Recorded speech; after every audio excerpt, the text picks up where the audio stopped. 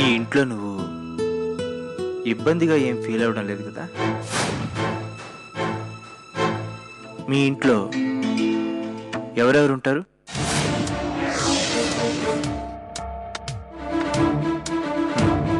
అడగకూడని ప్రశ్న ఏం కాదే. అమ్మ, నాన్న, నేను, బామ్మ, నలుగురం. ఇంకెవ్వరూ లేరా?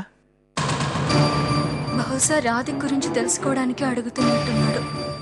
ఇప్పుడు ఆ విషయం తెలిస్తే నా జీవితం నాశనం అవుతుంది. రాధిక అని మా చిన్నాన్న కూతురు కూడా మాతో పాటు మా ఇంట్లో ఉంటుంది. మీ చిన్నాన్న కూతురా? మరి పెళ్లిలో ఎక్కడా కనిపించలేదే?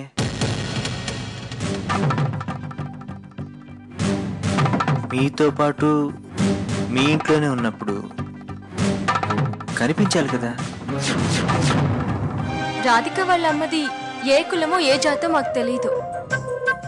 తల్లి తండ్రి ఇద్దరు చిన్నప్పుడే చనిపోవడంతో రాధిక మా ఇంట్లోనే పెరిగింది.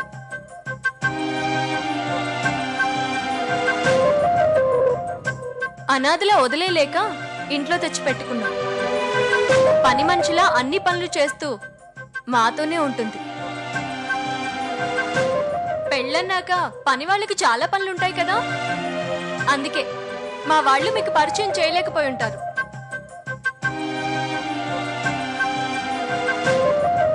నిన్ను నమ్ముకున్న వాళ్ళని ఏడిపించడం తప్ప నువ్వేం మాట్లాడవు.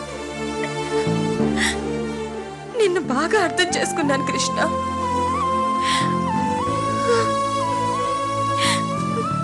నీతో ఏం చెప్పుకున్న ఉపయోగం లేదు, నాకు అర్థమైంది.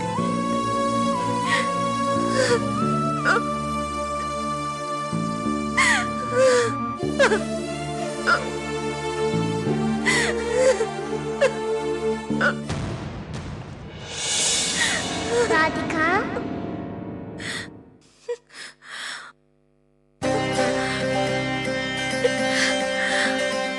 నేనిప్పుడు రాకపోతే నువ్వింకా నా మీద చాలా నిందలు వేస్తావని భయపడొచ్చాను. నీకోసం వచ్చినందుకు ఒక్కసారి నవ్వొచ్చు కదా? నవ్వు, నవ్వమంటుంటే.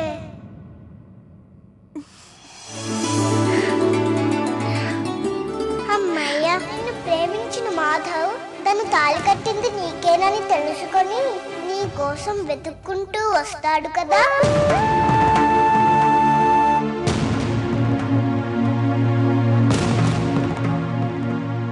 అవును కదా.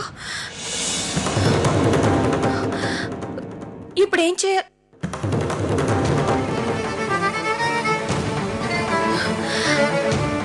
నేను ఇంత కొంచెం మాట్లాడాలి మావయ్య. పేపర్లో వార్తలన్నీ చదివేశాను, నువ్వు చెప్పే వార్త కూడా వింటాను. కానీ సరే, ఏం చెప్పాలా ఎలా చెప్పాలో ఆలోచిస్తూ కూర్చో. ఈ ఇంటి చిన్న కోడలు నేను ప్రేమించిన అమ్మాయి కాదు మావయ్య. నేను ప్రేమించింది, పెళ్లి చేసుకున్నది ఈ సత్యాన్ని కాదు. నా సత్య వేరు, ఈ సత్య వేరు. ఏంటి బాబు, మళ్ళీ చెప్పు. అవును మావయ్య. ఒరే మాధవ్, ఇన్నాళ్ళు నువ్వు భ్రమలో ఉన్నావు అనుకుని నిన్ను తప్పుగా అర్థం చేసుకున్నాను. కానీ నాకు ఇప్పుడే అర్థమైందిరా, నువ్వు భ్రమలో కాదు పెద్ద భ్రమలో ఉన్నావని.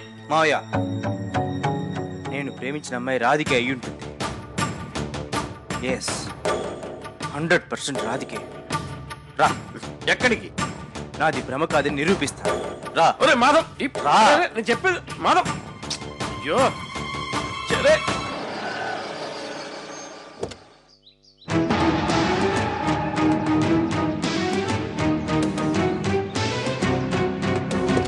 త్వరగా పంపించండి. ఇలా అస్తమానం వస్తే బాగుండదు. చెప్తాను, ఒకసారి ఆలోచించు. సైలెంట్ గా రా. ఒరే మాధవ్,